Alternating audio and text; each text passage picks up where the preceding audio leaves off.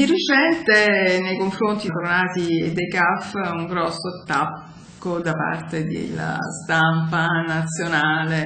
in Italia, che ha ribadito un messaggio di sperpero delle risorse pubbliche da parte di questi due enti di servizio ai cittadini italiani all'estero e in Italia. C'è stata una risposta da parte di tutti i raggruppamenti dei patronati. Qual è il riflesso all'interno di un patronato di questi attacchi continui, costanti? Per chi tutti i giorni apre una sede, accoglie persone anziane che hanno bisogno di ottenere dei servizi, dalla pensione a certificati di maternità a mille altre questioni. Leggere questi attacchi, tenere aperti, svolgere un servizio effettivo che lo Stato dovrebbe offrire in quanto il ruolo dello Stato a volte è veramente deprimente. Noi non solo presentiamo un bilancio al Ministero e quindi questi attacchi hanno tantissime obiezioni, svolgiamo degli audit interni per garantire un servizio di qualità ai nostri utenti, quindi bisognerebbe veramente, invece di scrivere, innanzitutto fare un'indagine seria, venire a vedere i nostri uffici, il lavoro che fanno i nostri operatori e parlare con loro del loro proprio spirito di dialogo con le persone. Voglio dire un'altra cosa, noi stiamo da un po' di tempo discutendo con il Ministero del Lavoro di introdurre nella nostra attività elementi innovativi di qualità. Non basta più fare una domanda, magari telematica, ma bisogna che dietro questa domanda ci sia un servizio di qualità, cioè chi fornisce questo servizio deve avere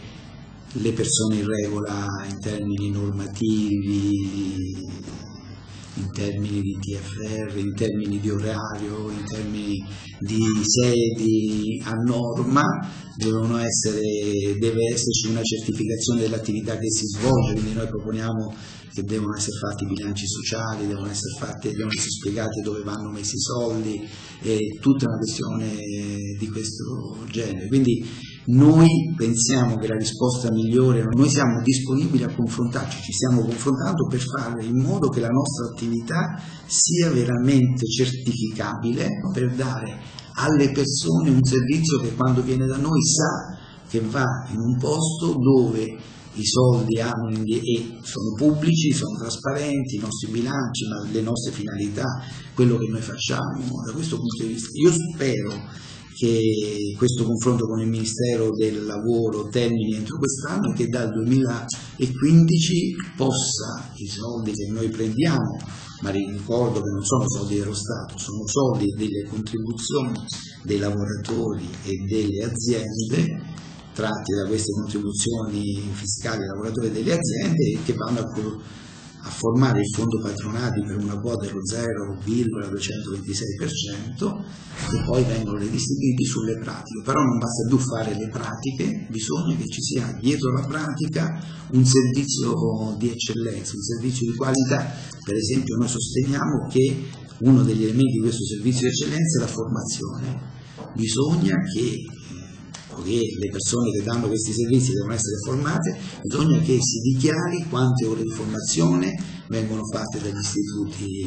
dei patronati, magari certificate da un ente anche qui pubblico o comunque da enti, per dare la garanzia che la persona è stata istruita, è stata informata, verificare il pubblico anche le circolari che si fanno, la qualità delle circolari, le interpretazioni, gli uffici legali, gli uffici dei medici, cioè una struttura che garantisce il cittadino concretamente, perché può vedere concretamente quello che ci sta dietro alla persona, che gli dà una risposta, che lo accoglie e gli risolve possibilmente un problema. Quindi è una questione che liquidare solo superficialmente fa del male soprattutto ai cittadini italiani, ai tante decine di cittadini sempre più numerosi che la crisi fa venire ai alle nostre sedi, perché disoccupazione significa fare ASPI, mini ASPI, tutta una serie di problematiche, e dare a queste persone la garanzia che l'attività che noi forniamo è qualitativamente, vorrei dire, certificata, perché facciamo un tot di formazione, facciamo un tot di attività sociale, un bilancio sociale e cose di questo genere. Quindi la risposta migliore a giornali stantalistici è il merito. Io sarei molto curioso, se uno mi dice cosa fare, inviterei il giornalista a vedere una sede, come fanno per i ristoranti, no? le guide. Ecco, andiamo in una sede,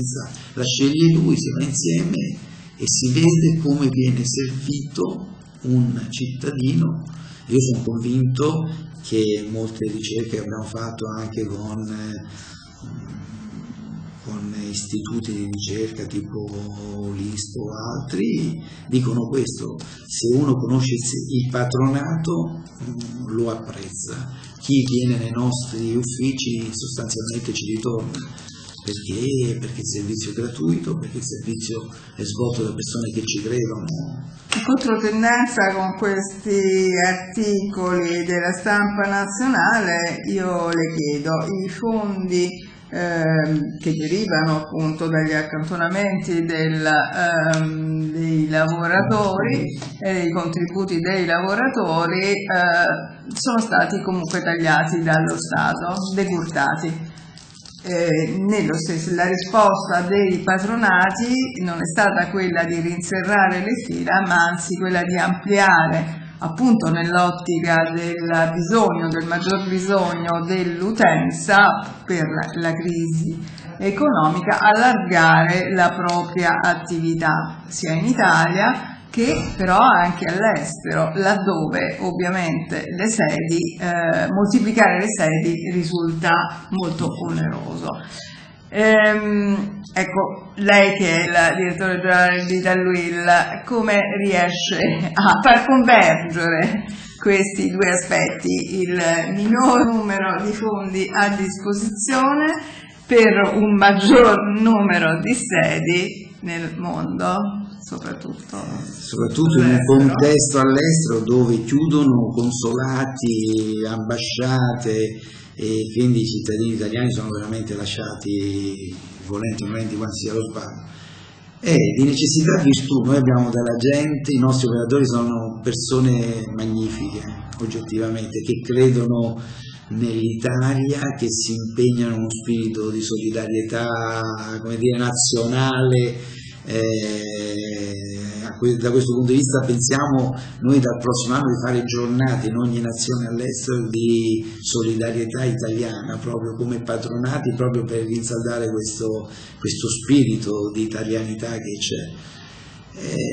Anche noi siamo in una logica di razionalizzazione, magari dove avevamo degli uffici, magari in grandi città ne avevamo 2, abbiamo riorganizzato, cioè mettiamo insieme una riorganizzazione possibile e comunque diamo una risposta abbastanza forte sul terreno tecnologico. Stiamo introducendo piccole cose che aiutano i lavoratori, penso alle tessere, ai lettori di tessera sanitaria, sono banalità che però permettono di non sbagliare i dati, soprattutto con l'estero, con codici fiscali, modi di lavorare in modo più veloce, collegamenti maggiori con i nostri operatori, con web conference per dare informazioni. È sempre più difficile e d'altronde, come dire, è il tempo di inventarsi delle soluzioni. Questo è chiaro che i soldi saranno sempre inferiori, ma questo vale per me, ma vale per il paese.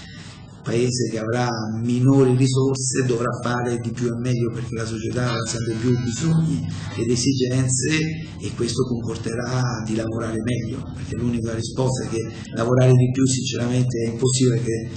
in alcuni casi siamo veramente al limite nel rapporto di lavoro, delle ore date, dell'attenzione, quindi lavorare meglio, e nel lavorare meglio ci sono ancora margini di lavoro, di miglioramento, con utilizzo dell'informatica, un utilizzo di una serie di strumenti sui quali dobbiamo sollecitamente, senza timore, lavorare, anche qui trovando persone che non sempre hanno questa sensibilità, però ci stiamo lavorando con calma, facendo anche corsi online di informatica, stiamo cercando di dare ai nostri operatori questi servizi e questa è la strada.